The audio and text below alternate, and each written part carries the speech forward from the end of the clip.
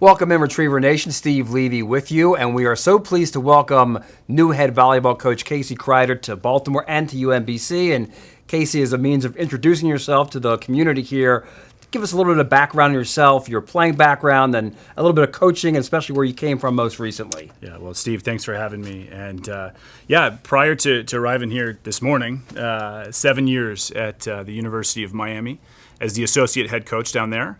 And prior to that, 2 seasons at Stanford University, and then before that I was playing professionally in Denmark and had an awesome career at Pepperdine and just loved every minute of playing. But for me, from maybe 16 years old, it was about becoming a head volleyball coach in the NCAA. So just thrilled to have this opportunity here and fired up to get started. Coach, obviously with the success you had at Miami, you probably had a lot of choices to make. Why UMBC? Why the Retrievers? Yeah, we're going to need a little more time than a couple minutes here as to why. But for me, there's a couple of things. First and foremost, externally, if you're on the outside of the program, you know that the success that the program's had, especially recently, but that's attractive to anybody looking to become a head coach or looking for any new opportunity, is when teams win championships, you're going to get people interested, and I'm no different than that. But outside of that, my relationship with Brian Barrio goes beyond just the interview process. So as an athletic director, I had an opportunity to cross paths with him when he was an administrator at Pepperdine University when I was a player, and also when I was on staff there briefly. And so for me, first time NCAA head coach, this is a really important opportunity for me. I want to get it right, and having somebody in my corner that there's some familiarity that I have with is just critical for me. And then on top of that, what a cool city. There's some things in my personal life that allows me to progress, and I know it's a little cliche, but if there's such thing as a perfect fit, I think I found it. Coach, you have to be impressed. I know you've just recently on campus, the facilities at UMBC, especially as it relates to volleyball. Yeah. A great arena, great training facility. That had to be a key in your coming here as well, the facility you guys are going to compete in. Yeah, it's, you couldn't overstate how impressive the peak is, and just in general, the facilities for athletics that our girls will utilize, have been utilizing, but I think across the athletic department, it's really impressive. And I think what it suggests is that this place understands the value of athletics in this broader idea of the student-athlete experience. And there's a huge investment that's obviously been made here and it seems to be continuing to be made. And but yeah, I think it's easy. I think the nuts and bolts of it is easy to sell in recruiting, which it matters a lot. But also, I think it's a place where our girls can be comfortable, they can be proud of. I certainly am, and I've been here 48 hours or whatever it is. And I'd imagine that will grow. But yeah, just really an impressive space all the way across the board. Coach, kind of take us into the locker room, if you would. What is going to be one of your first messages to the team when you greet them?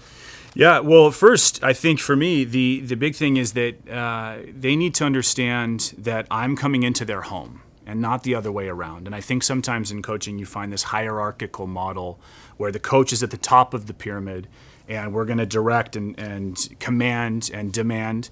And things are going really well here. And the job that Coach Robertson did and her staff did to set this place up for success is really commendable and something obviously selfishly I really appreciate. But the first message is thank you for allowing me to come into your lives, for inviting me in. And then from there, it's going to probably not be a message, but more of a question. In the interim, in this period for the next couple of weeks or couple of months, how can I help? And I don't want to interfere with all the great stuff that's going on here. I'll have stuff that I prefer, and we'll work that out together with the athletes.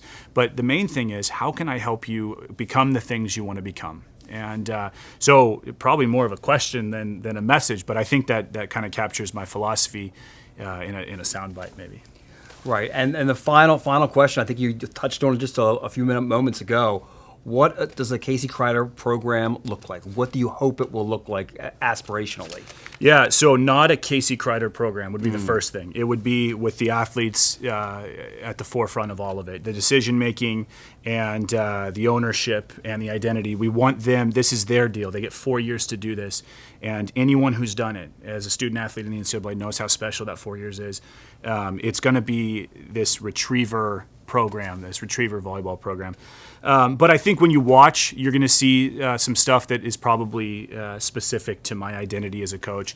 A couple of things that are really important to me is that these athletes feel safe being themselves. This concept of psychological safety, I think you can't get enough out of that. And then from there, I also think there's going to be this adaptability, and you're going to see that as they play. So you're not going to see these really hyper-specific, hyper-rigid systems or movements. You're going to see people that are connected to the game, that are moving in a really dynamic, adaptable way, but also from a psychological and interpersonal standpoint, that they are pretty resilient, that they can handle stress and they can handle challenge, because the things that we want to achieve, which is even beyond where we've been so far, it's going to be a lot of challenge. So we got to be tough enough, and we can't be fragile. And so to do that, the foundation of all that's adaptability. But those are the two things that come to mind: being psychologically safe as a program and being really adaptable.